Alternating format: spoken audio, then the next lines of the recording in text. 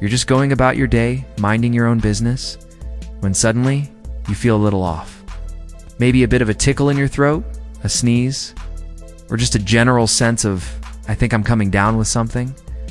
What you don't know is that a full-scale microscopic war has just been declared inside your body. It's an entire defense operation, and it's led by your immune system, a complex, almost comically over-prepared network of cells and organs. That's really just there to clean up messes and make sure you don't spontaneously cease to function. Here at ThinkBits, we're going to break down this whole ridiculously complicated process in the simplest terms possible, because frankly, it's easier to just explain it and be done with it. First, you've got the enemy, a virus. Now, a virus isn't a living thing. It's basically a lazy genetic blueprint that has one goal: to find a place to crash and make copies of itself.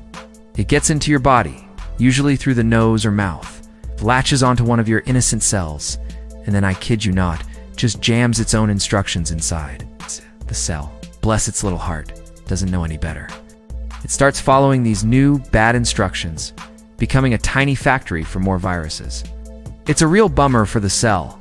It's a huge problem for your body, because now the enemy is inside the walls, totally hidden. This is where your immune system's first line of defense, the innate system, steps in. Think of this as the security guards at the front door. They're non-specific. They don't ask a lot of questions. And they treat everything that's not supposed to be there exactly the same. You've got these things called phagocytes, macrophages, and neutrophils that just go around gobbling up anything foreign like they're a tiny, hungry Pac-Man.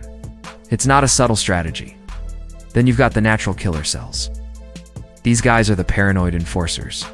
Your cells are supposed to hold up a special little ID card on their surface. When a virus takes over, it often tries to hide this ID. The natural killer cells patrol the area, see a cell without its proper ID, and just go, nope, not today, and kill it. It's a bit extreme, but it works. The infected cells are also not useless. When they get infected, they start screaming for help. They release these signaling proteins called interferons, which are basically alarm bells. These little proteins run around to all the uninfected cells nearby and tell them to go into a lockdown state, which makes it super hard for the virus to infect them. They also tell the infected cell to just quit and stop making more viruses. This whole innate response is critical.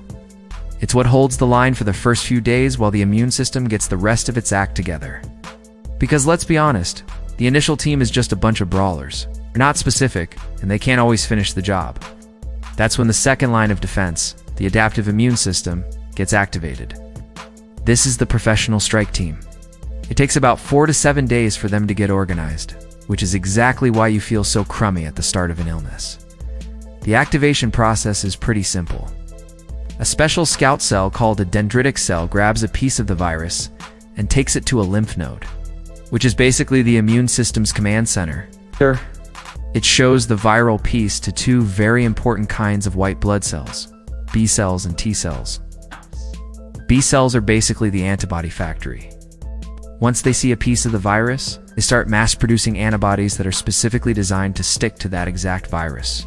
These antibodies are like a GPS tracker and a sticky trap all in one. They latch onto the viruses that are still floating around outside the cells, neutralizing them so they can't infect anything, and marking them for destruction by the phagocytes we talked about earlier. Think of them as putting big glowing targets on the enemy. Meanwhile, the T cells are the elite assassin squad.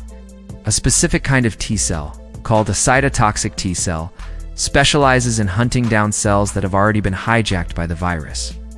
They patrol the body, checking every cell's ID badge. The cell is displaying viral pieces. The T cell knows it's infected. Gets right up to the infected cell, and in the most dramatic way possible, forces the cell to activate its own self-destruct sequence. This process is so precise it only kills the infected cell and doesn't hurt the healthy ones nearby. Also destroys all the viral DNA inside, so no more virus can be made. It's a clean, efficient kill. Once the virus is gone, the war is over. But your immune system, being the overachiever it is, keeps a few of the B cells and T cells around. These are called memory cells, and they're the whole reason you don't usually get the same virus twice. They just hang out, kind of like retired soldiers.